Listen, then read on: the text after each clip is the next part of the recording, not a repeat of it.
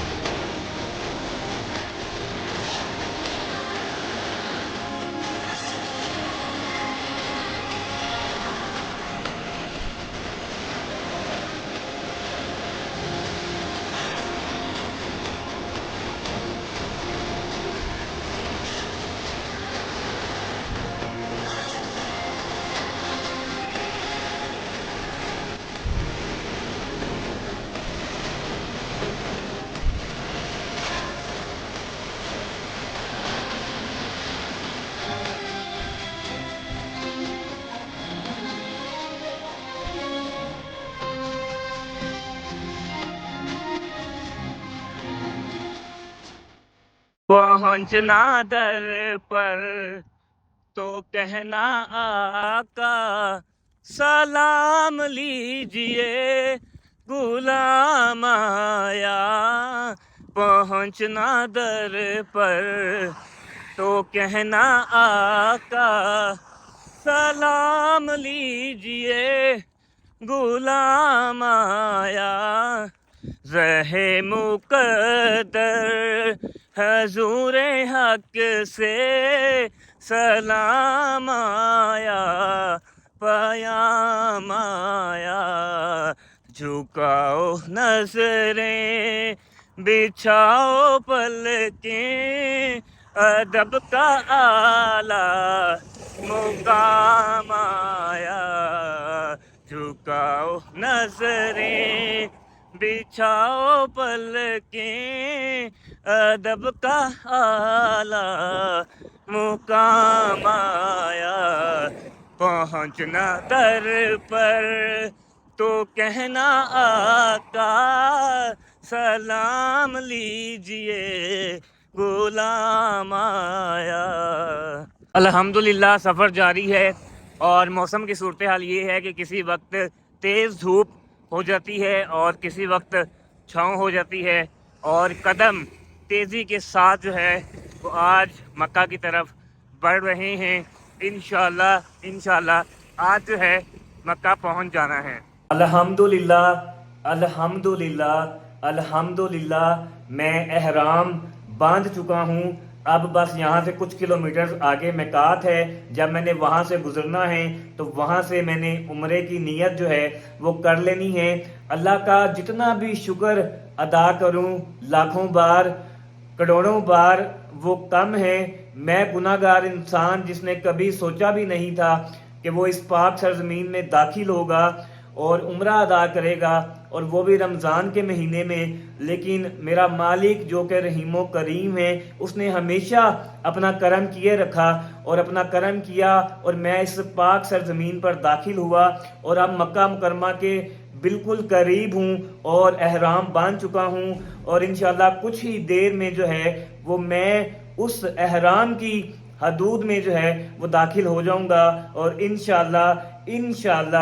انشاءاللہ جا کر خانہ کعبہ دیکھوں گا اور اس کے بعد جو ہے وہ عمرہ ادا کروں گا.